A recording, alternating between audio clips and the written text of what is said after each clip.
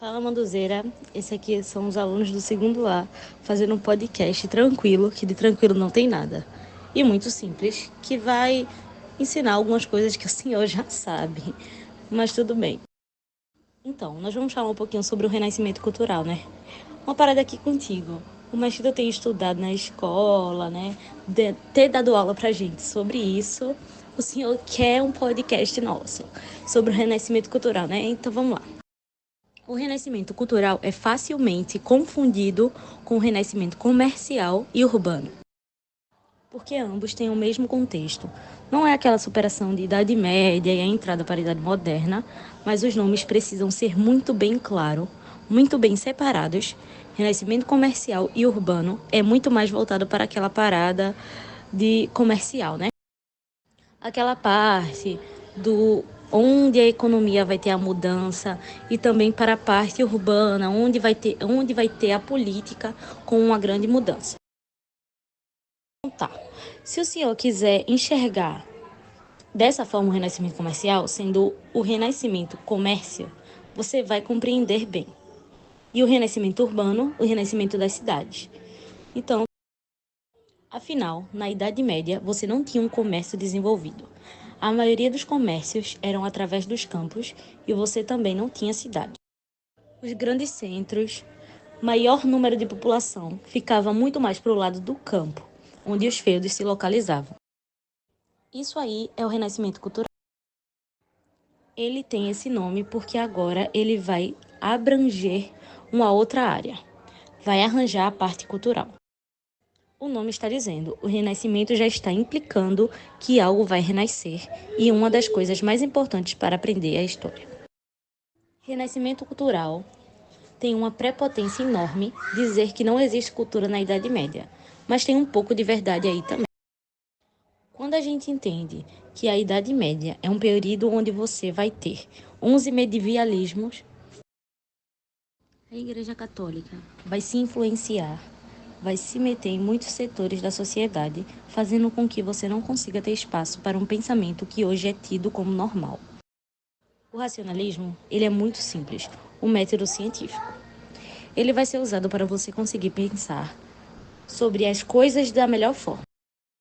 Por exemplo, por que chove? Será que tem uma explicação religiosa ou será que a gente pode usar um método científico para conseguir compreender esses fenômenos da natureza? A Idade Medieval, o próprio nome já diz, né? Idade das Trevas, que é um apelido que o pessoal deu para a Idade Média. Um apelido pejorativo. Vamos dar uma fofocada no lugar onde tudo aconteceu. Onde o Renascimento Cultural aconteceu, nós chamamos hoje de Itália. Mas na época não era. A Itália vai nascer apenas em 1870. Nesse período que a gente vai chamar o Renascimento Cultural, nós tínhamos pequenos impérios ali. Esses eram pequenas cidades, estados independentes como Nápoles e Sicilas. É Roma sendo o principal lugar, sendo a capital do que a gente conhecia como Império Romano. Durante o período do Império Romano, nós tínhamos uma religiosidade muito influente na sociedade. Mas nada comparado ao que vai acontecer durante a Idade Média, como o cristianismo e o catolicismo. Ele vai, durante a Idade Média, se meter em muitos setores da vida comum. O Renascimento vem nesse contexto, exatamente para criticar essa religiosidade exacerbada. Essa tentativa de enxergar o mundo e todos em volta é apenas uma forma teocêntrica. O Renascimento vai tentar substituir o teocentrismo por algo que nós chamamos de antropocentrismo, ou também pode ser chamado de humanismo.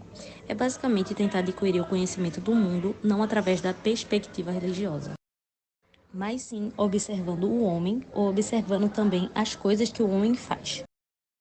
Uma coisa que é muito importante dizer é que durante o Renascimento não tinha o que hoje chamamos de ateísmo. Em momento algum, o renascentista nega a existência de Deus. Mas por que isso tudo vai acontecer logo na Itália? Tem tanto lugar no mundo para acontecer e por que acontecer logo? Roma, por ter sido a capital do Império Romano, tem muitas obras e muitos livros, muitas esculturas, muitas estátuas lá do Império Romano. lá da época da religiosidade acerbada. Então isso vai ser muito mais fácil para os renascentistas observarem essas coisas. Vai ser muito mais fácil para eles cavarem muitas coisas e recuperarem antigas obras do Império Romano e verem como era a vida antes desse catolicismo. As pessoas do Ocidente precisavam passar pela Itália para chegar até o Oriente, para pegar especiarias.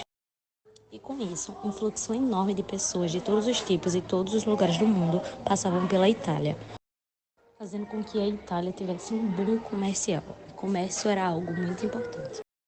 Um dos grupos que mais vão apoiar o Renascimento eram os burgueses. A burguesia financiava muita coisa, muita obra de arte, muito artista. No Renascimento Cultural tinha um número enorme de artistas que até hoje o nome deles são famosos. E eles sempre estavam fazendo várias obras de arte criticando o lado religioso. E antigamente não poderia fazer uma pintura, não poderia fazer um quadro, uma estátua que não fosse de uma temática bíblica. Primeiramente, boa tarde, me chamo Antônio e vou falar para vocês o contexto histórico do Renascimento. Para entender a arte e a arquitetura do Renascimento, precisamos primeiro entender o contexto histórico. O Renascimento, que significa Renascimento, começou no século XIX na Itália e se espalhou por toda a Europa nos séculos seguintes.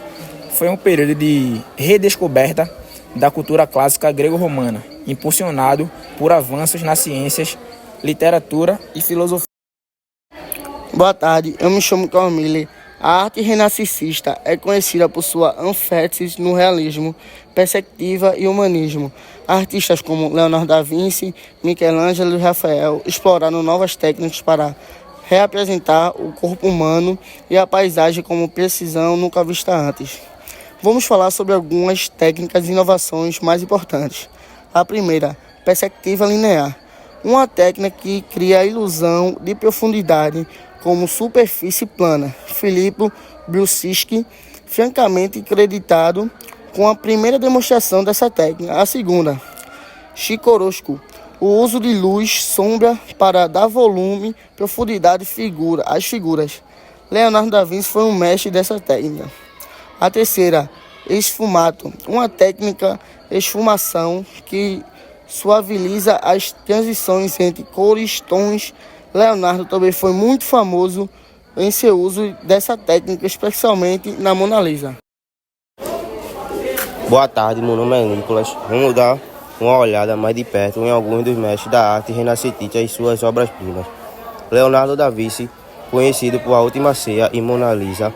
Leonardo não era apenas um pintor, mas também um cientista, inventor e anatomista. Michelangelo Buonarroti. Michelangelo foi um escultor, pintor e arquiteto. Suas obras mais famosas incluem a estátua de David e o teto da Capela Sistina. Rafael Sanzio, conhecido por suas Madonas e por suas pinturas no Vaticano, como a Escola de Atenas. Rafael foi um dos artistas mais prolíficos e influentes de sua época. A arquitetura do Renascimento. A arquitetura renascentista marcou uma ruptura com o estilo gótico anterior, inspirando-se na antiguidade clássica.